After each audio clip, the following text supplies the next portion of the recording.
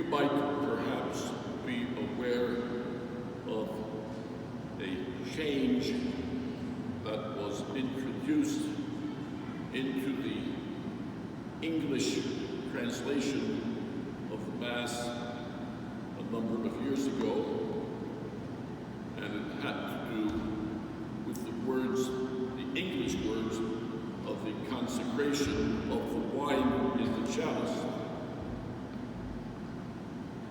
And this was the original version in English, and then I'll tell you the change. Take ye and drink ye all of this, for this is the chalice of my blood, of the new and eternal testament, the mystery of faith, which shall be shed for you and for many unto the remission of sins.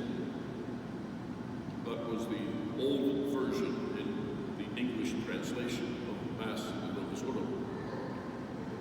And I don't remember the exact year, but due to some agitation among some liberals,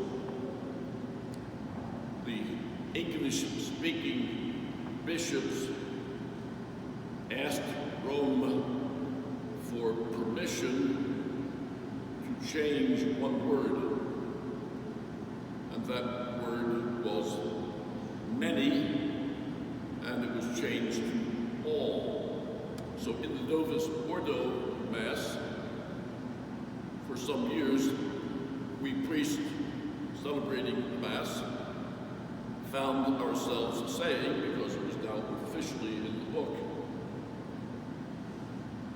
take ye and drink ye all of this, for this is the chalice of my blood, of the new and eternal testament, the mystery of faith, which shall be shed for you and for all unto the remission of sins. Now, did you catch the difference there? Instead of shed for you and for many, it was changed to for you and for all unto the remission of sins. And so comes the theological question, and if you have nothing else to discuss when you're sitting down at the kitchen table with your friends for conversation, and you get tired of talking about COVID and the riots and Trump and Biden and all the other things that occupy us, bring this up into the conversation. Did Jesus Christ die for many, or did he die for all? Many human beings or all human beings? And you can hear arguments on both sides. Did Jesus die for all human beings? Well, yes, he did. As a matter of fact, he did die for all human beings without exception. But that seems to be a kind of a liberal left-wing approach. But yet, it sounds right, does it not? He died for all. But then, did he die for all, or did he die for many? What does many mean? Many means, well, why should I tell you what many means? It's such an obvious word. Many means a whole lot. But it doesn't mean all. Okay. How about that? Well, today's gospel answers the question for us. The master of the banquet sent out an invitation to all. But as a matter of fact, some turned down the invitation. And so, as we like to say, bottom line, Jesus died not for all, but for many. Now, if we look at the Latin, what does the Latin say? I'm glad you asked. The Latin said, and still says, at the consecration of the chalice, and I will say these words in a little while, Hic est enim calix sanguinis mei. This is the chalice of my blood. Novi et aeterni testamentum, of the new and eternal testament. Mysterium fidei, mystery of faith. Qui pro vobis et pro multis, which for you and multis many, effundatur et remissionem peccatorum, will be poured out for the remission of sins. So the Latin says many. The Latin says multis, doesn't say omnibus. And if you go to the Greek, which is the inspired text, you will also find the Greek word for many, not for all. Well, I'm happy to say that several years ago, due to the agitation of some priests, including myself, and bishops, Rome said, we revoke the permission for you to translate pro multis as for all. Go back to for many. So if you go to a Novus Ordo Mass today, which of course is in English, you will hear the priest say, take this, all of you, and drink from it, for this is the chalice of my blood, the blood of the new and eternal covenant. It will be shed for you and for many for the forgiveness of sins. I have read, I can't verify it, but I believe it, I have read that in some areas of the world, there are priests and bishops who are still insisting on the for all translation, not the for many. In doing so, they're disobedient to Rome, but Rome doesn't seem to be in the mood lately for chastising or rebuking priests and bishops, and so just sort of let it slide. But I tell you, if the people hear Sunday after Sunday, day after day, when they attend Novus Ordo Mass, and I'm not criticizing Novus Ordo Mass here, that's not my point, but if they hear that Christ shed his blood for all, then they will say, well, there's no exceptions. Everybody goes to heaven. But I'm here to tell you, my dear brothers and sisters, that not everybody goes to heaven. That is one of the common heresies of today. We call it the heresy of universalism. The heresy of universalism is that everyone in the long run, regardless of who he is or what he has done or not done, is going to wind up in heaven. But we believe that going to heaven requires two things. It requires, first of all, the divine invitation, which also then requires divine grace. And then it requires human cooperation. People who are universalists dismiss the human cooperation element, and they emphasize exclusively the divine grace element. There are two extremes in the question of how does a person get to heaven. The one extreme is where everything is due to human effort, and so you have heard, I presume, your share of homilies telling people we're saved by God's grace, by God's grace. Grace comes to us through faith. This universalism is very much to be found in most strains of Protestantism. Martin Luther was very dismissive of sin. When it came to sin, he just said, sin boldly, love more boldly.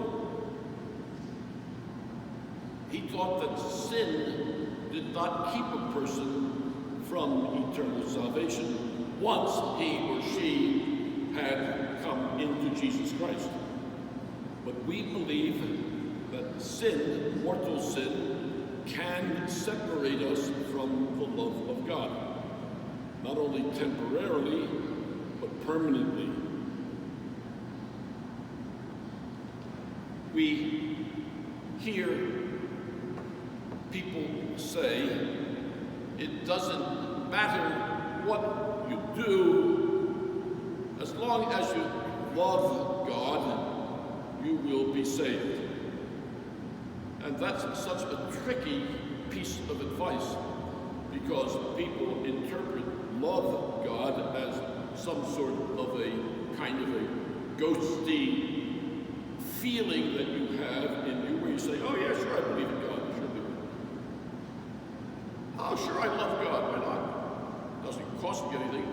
But love that does not cost you anything is not love.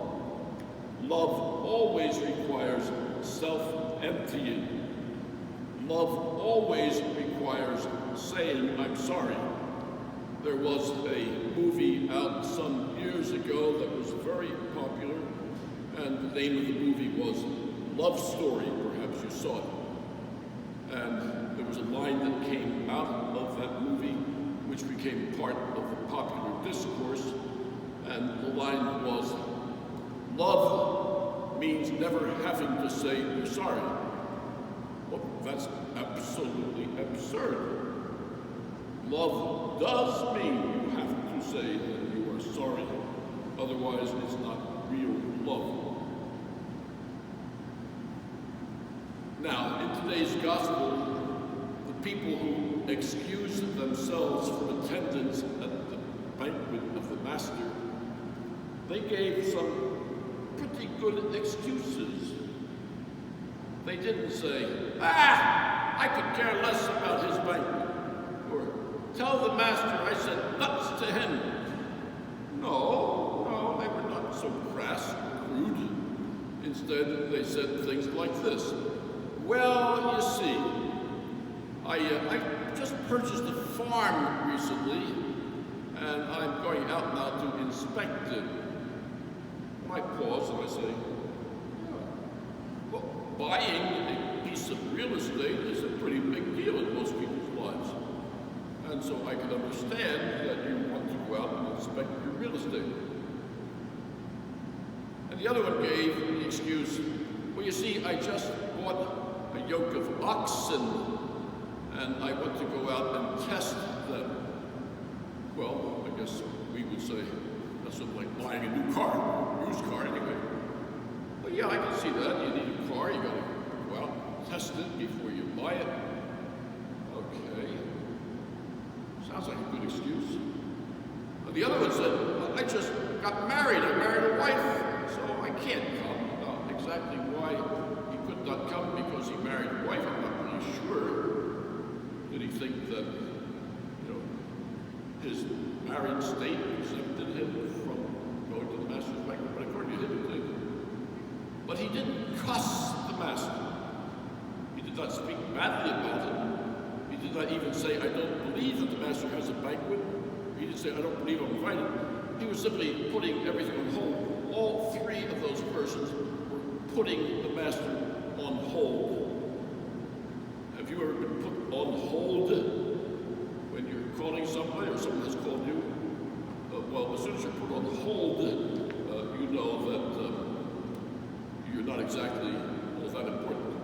If somebody whom you consider important calls you, you don't put that person on hold. If you get a call saying, President Trump, Secretary calling here, would you please accept the call from President Trump? You would say, when you put him on hold, I'm talking to my sister-in-law right now. No, you would take it right away. Or if I got a call saying, Father Connolly, this is Bishop Schlert, I would not say to him, listen, can I put you on hold? I'm cutting my toenails right now. No, I'm taking it right away. So we don't put God on hold. Perhaps you have heard this little story. It's a popular sermon story, and it goes like this. Once upon a time, there was a convention down in hell of devils.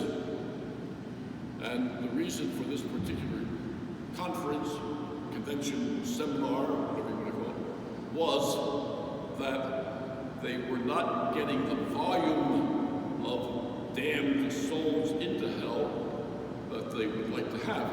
And so they wanted to pick up on business, increase business, get more customers. And so Satan, Lucifer, was offering a prize to whichever one of the devils came up with a good idea, a good marketing strategy to get more people to go to hell. And so they all broke up into small discussion groups. And then after the small discussion group time was ended, a representative from each table was asked to raise his hand or raise his hoof or whatever they had, and say what ideas had come up. So, buzz. Discussion time is over. Okay, now put your ideas on the table. And, okay, Lucifer said, okay, I see a hand over that table. What's your idea? And his idea was, here's what we do. We spread the news that there is no God. We infiltrate all the schools, the universities, the classrooms, the media, and we tell them that belief in God is passé. It's medieval. It goes back to a time when human beings were a little stupid, but now with our advances in science, we know that there is no God. And all the other devils said, yeah, that's a step. We haven't done that before. Yeah, let's do that. And Lucifer said, nah. Sit down. He said, we tried that a number of times. And we get a few college sophomores. But most of those college sophomores, they grow up and they come of age and they realize that saying there is no God is a lot of hooey. So, no, that's not your idea. Okay. Anybody else have an idea? Hand went up. Yeah, what's your idea? Here's my idea. We don't do enough sexual temptation. There's too much censorship. We've got to get not simply the fringe channels, but the main channels to show real, raw pornography. That's how we're going to. These human beings are animals after all, and they're all suckers for sex and flesh. So we've got to really have them break down all barriers and show them that sex in any way, shape, or form is the way to go. And the other devil said, yeah, that's the idea. And Lucifer said, no. He said, human beings are living a long time now, and you do get some of them when they're young, but then they get old, the fire's banked, burned down, and then they repent and turn back to God. So, no, that's not the good idea. Anybody else have any ideas? Raise his hand. Yeah, what's your idea? And he said, let's go around telling them that there is a God, that God loves them, that God has sent His Son to die for them, and has offered all of them the gift of salvation. And the other devils all looked at him and said, What are you, traitors? What are you? And they said, wait, I'm not finished yet. Wait. Tell them they have to repent, but tell them they've got plenty of time.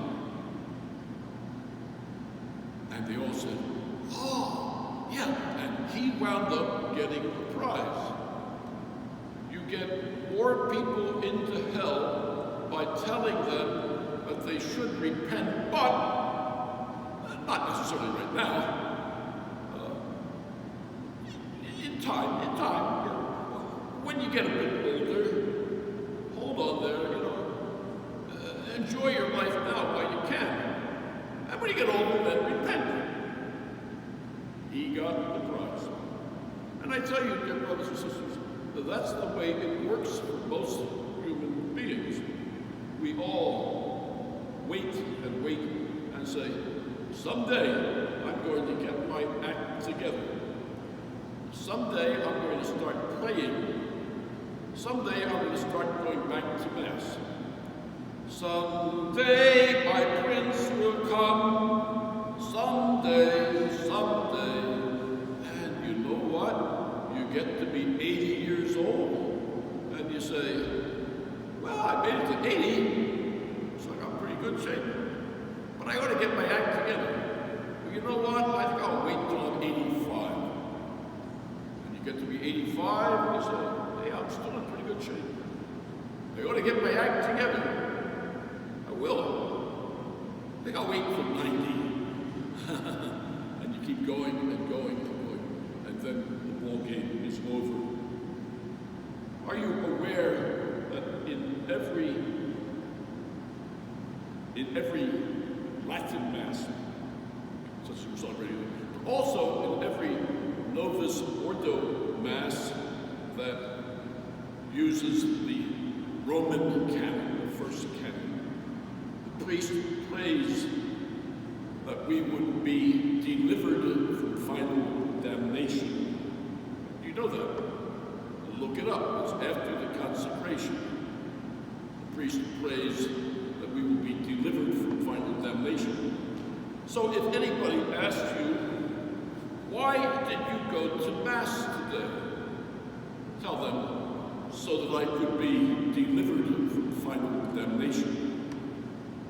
That might catch their attention. That's why I'm here. Why am I here? Because I'm still begging God at the age of 82, oh my God, please deliver me from final damnation. If you say, oh, that's already been taken care of, I say, you're an idiot. You're an idiot. Satan is still after you. Especially he's after you if you are numbered among the devout.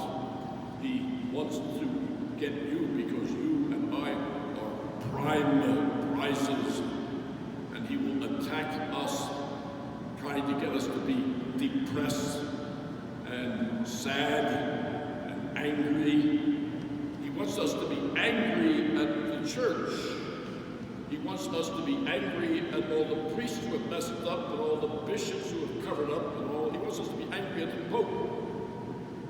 And so we punish the priests and the bishops and the Pope by staying away from Mass. I'll show them.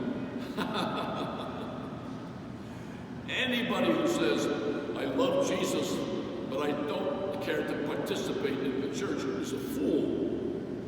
Because the church, the Catholic Church, is the extension of Jesus Christ in time and space. So renew your fidelity to the one holy Catholic and Apostolic Church.